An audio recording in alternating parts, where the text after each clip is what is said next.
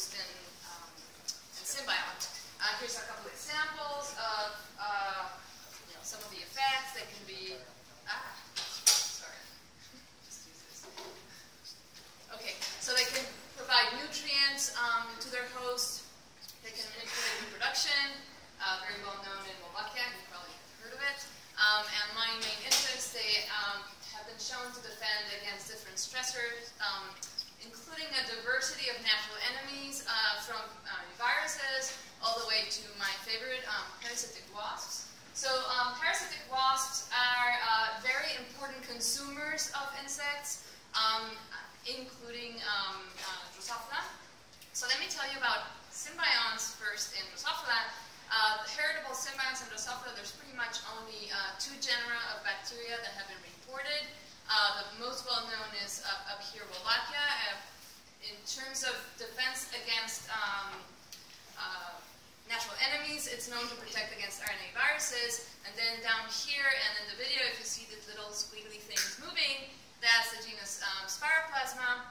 This is found in the hemolymph of flies, and it's been shown to protect against nematode and against 2 wasp species. But there's quite a few wasp species that use Drosophila as hosts. So the question I was asking here is, is this a widespread phenomenon? Are all these wasps that can attack Drosophila susceptible to this bacterium in the host? So in here I'm showing the previously known species of wasp, Leptoprina heterotoma and Boulardii, that are susceptible to this bacterium in Drosophila. So this is the phylogeny of some of the wasps, and the ones I'm interested in attack larvae of Drosophila. So there's the family Phylogenetics and family Braconidae. What you see underlined in red are the new species that we examined for whether Spiroplasma could protect the host against them, or at least whether they were susceptible to Spiroplasma. So just a little bit about the life cycle of the parasitoid. So this is a parasitic wasp. A female has a very long ovipositor. It oviposits an egg in a larva of Drosophila that you can barely see in here. That egg hatches into a larva here in gray inside the host.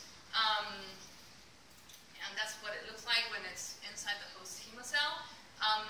The host actually achieves, makes a puparium, gets to the pupal stage, and at this stage the wasp, shown in gray, pretty much kills it and consumes all the host tissues and basically undergoes metamorphosis inside the puparium that was made by the host, and you get 1 wasp per 1 host.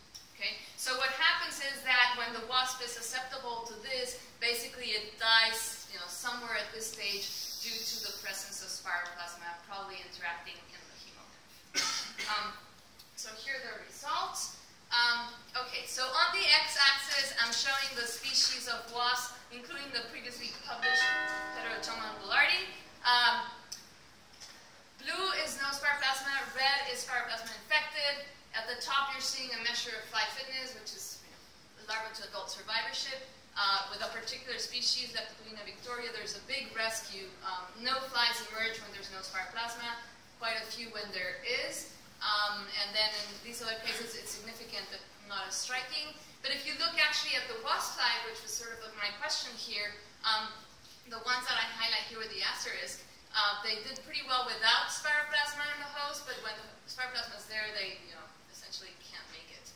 So what I'm just going to show here in summary is that we have that not all wasps are susceptible to Spiroplasma, and we have several instances of either independent origin of resistance or susceptibility, not sure what was first, but we can sort of use this system now in a comparative way to ask questions about the mechanism and